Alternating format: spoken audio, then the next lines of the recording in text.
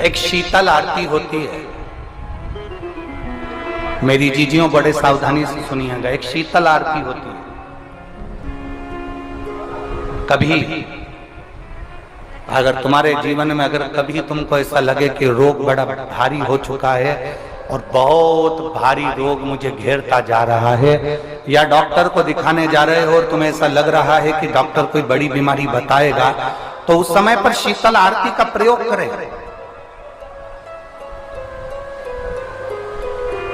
एक पुष्प हाथ की हथेली में रख लीजिए।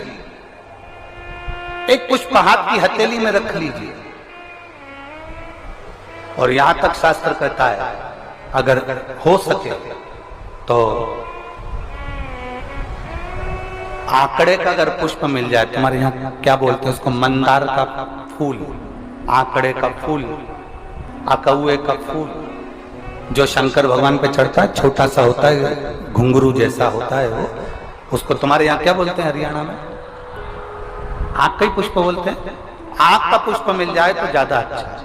अब उसमें चाहे सफेद हो, चाहे नीला हो, चाहे गुलाबी हो, जैसा भी हो, हाथ में रखने के बाद हाथ में एक लोटा जल, भगवान शंकर के शिवालय में जब आप प्रवेश करें और प्रवेश करते समय भगवान के सम्मुख में, जब भगवान शंकर के साक्षी में जब पहुंचे, आपके सामने पूजन में कोई भी सामग्री नहीं है, आपके पास में न दिया है, न बाती है, न गर्भवती है, न चंदन है, न कपूर है, न कोई सामग्री है, केवल एक आंख का पुष्प और एक लोटा जल आपके पास में है। शिवालय में पहुंचकर शीतल आरती का प्रयोग करो।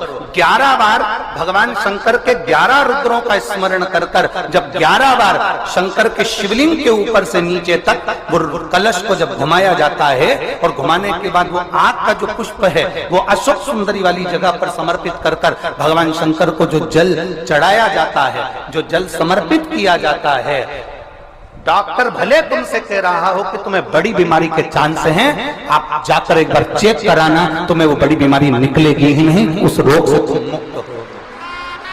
इसको शीतल आरती का प्रयोग किया गया। ये शीतल आरती,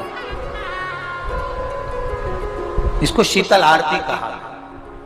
शिव की प्राप्ति का, एक रोग से मुक्त होने का। अब आपसे कोई कहे कि ये शीतल आरती का प्रयोग सबसे पहले किसने करा, तो आपको ध्यान लगाना है इस प्रयोग को। सोमनाथ जी की कथा का स्मरण करिएगा, सोमेश्वर की कथा का स्मरण करिएगा। आप स्कंद पुराण में, शिव महापुराण में सोमनाथ जी की कथा का स्मरण करिएगा।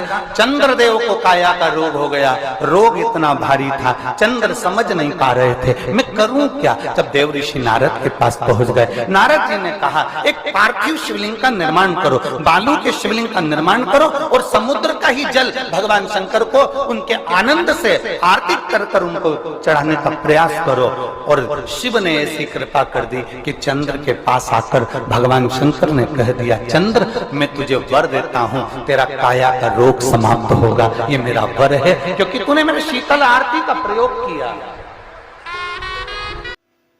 श्री शिवाय नमस्तुभ्यम। दोस्तों स्वागत है आपका मेरे वीडियो में।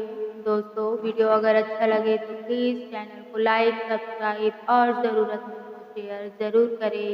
धन्यवाद। ओम नमः शिवाय।